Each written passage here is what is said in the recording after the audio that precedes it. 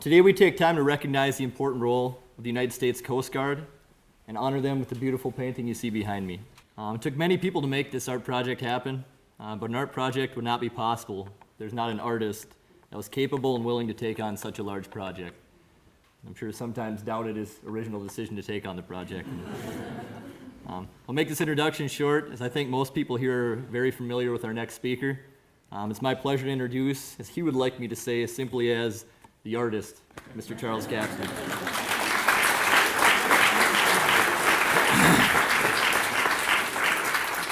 Thank you, Eric.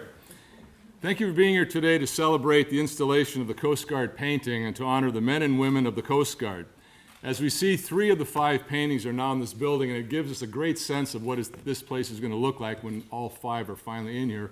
And I'm truly happy to see all of you here to see this.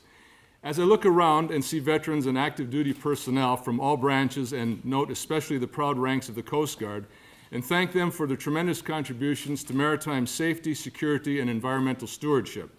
A point that may not well be known is that the Coast Guard is the only military organization within the Department of Homeland Security, and since 1790 have safeguarded our nation's maritime interests and environment around the world. I take special note to honor the memory of those veterans, while not physically with us, remain very much in spirit with us in this hallowed space. I thank the honor guards who have traveled here from around the area and appreciate the presence from the Duluth-based Coast Guard cutter Alder, which is Minnesota's only cutter but traverses all of the Great Lakes. To each and every veteran, thank you. At this point, I'd like to be able to talk a little bit about the painting. I want to thank Dr. Potter for really taking care of most of my job on that. So you have that on tape, I'm sure, Jim, so we can copy that down. Before I do talk a little bit about it, Semper Paratus always means ready, and he changed knowing they go out but may not come back. That was changed in part of today's presentation also. But it's very important to be able to look at what we have in front of us here, going back to 1790. So when you look around the room, the other paintings, they give us back to 1775. This figure up above me takes us back to roughly the late 18th century when the Coast Guard began, which was mentioned 1790, but it was August 4th, 1790. And they've had many duties, as Dr. Potter had expressed to us or explained to us. But in the meantime, some of the things I'd like to show is we talk about the environment. So therefore, we have the seagull representing the air, we have the polar bear, and we have the whale tail.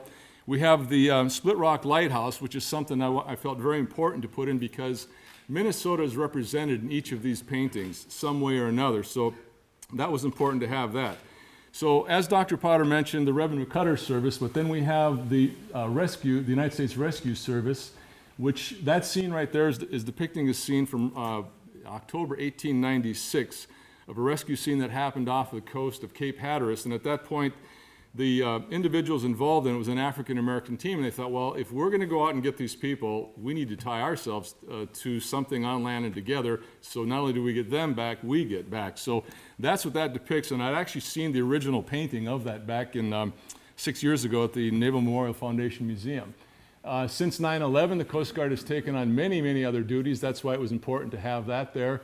We see the famed orange, white, and yellow chopper, which are their colors. We see a submarine. This is something that a lot of people may not know, but as soon as a nuclear-powered submarine does surface, it's the Coast Guard's charge, or the Coasties, to bring it in. So you'll see a number of those fast boats going around. You'll see some helicopters, and you'll see these huge boats flanking them called OSVs, which look like a huge wall that flank from the sail back on the submarines, because at that time, that's when they're most vulnerable to a missile attack, which could release nuclear radioactive particles into the atmosphere. So with that said, we also have a tribute to the Academy with someone playing the trumpet. We have Navy diving, we have firefighting, and then of course again guarding the coastline and a few other things. As with any dedication, it is time of both reflection and celebration. I can assure you that an 8 by 10 foot oil painting does not get done overnight, despite what rumors swirl to the contrary. That was a mouthful. It takes the dedicated effort of dreamers, believers, movers, framers, and really top-notch friends.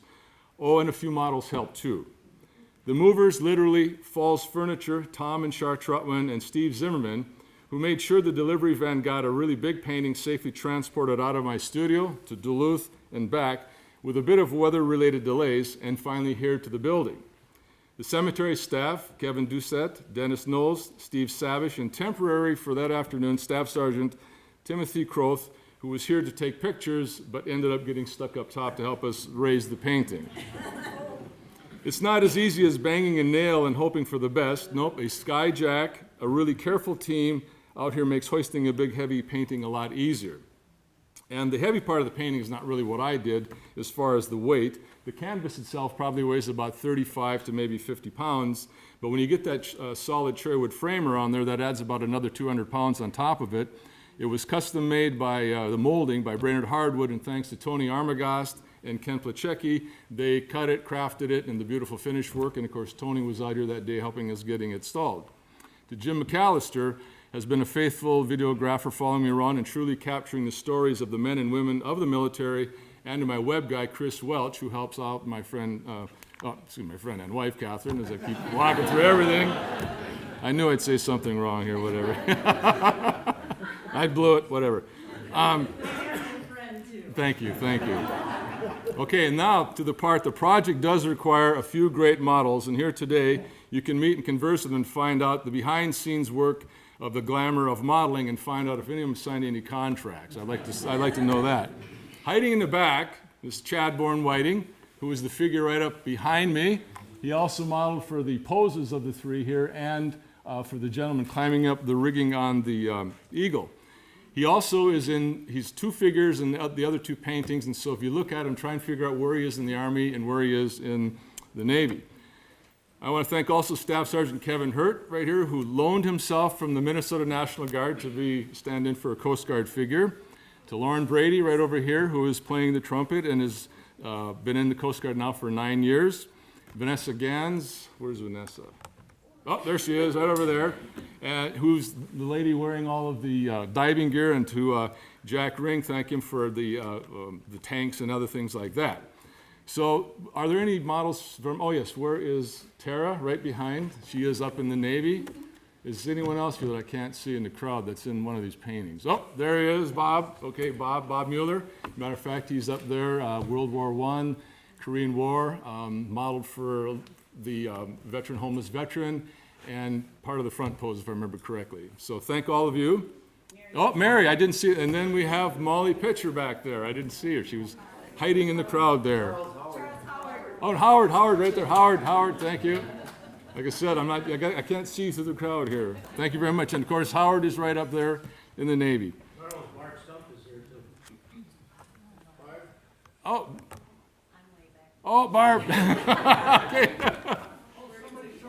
No, Ray's widow. Thank you for Ray. Ray's here in spirit as always. And as a matter of fact, he brought Vanessa to my studio. So Ray is still helping out on the project. Thank you again, Ray. So take note, I'll be getting ready to do the Marine Corps next and then Air Force. I'll be looking for some more models. In closing, the paintings you see around today are intended to bring the viewer inside to visually focus on the enduring impact of our nation's servicemen and women, not only during the time of their service, but long after. The Coast Guard's contributions, along with the Merchant Marine, are honored and remembered here today and take into account over 2 centuries of dedicated service in keeping our nation secure. Yet whatever your branch of service, these paintings highlight your contributions, achievements, and sacrifices. They are your stories, and I thank you for letting me tell them in this way. Thank you very much.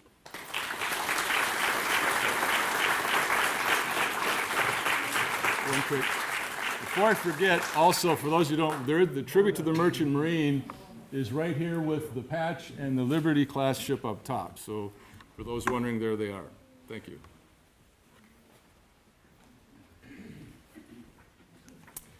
Thank you, Mr. Kapsner. You've done a phenomenal job with this painting, and I think all of our prior, current, and future Coast Guard members will be proud to have it as a monument to their service for a long time to come.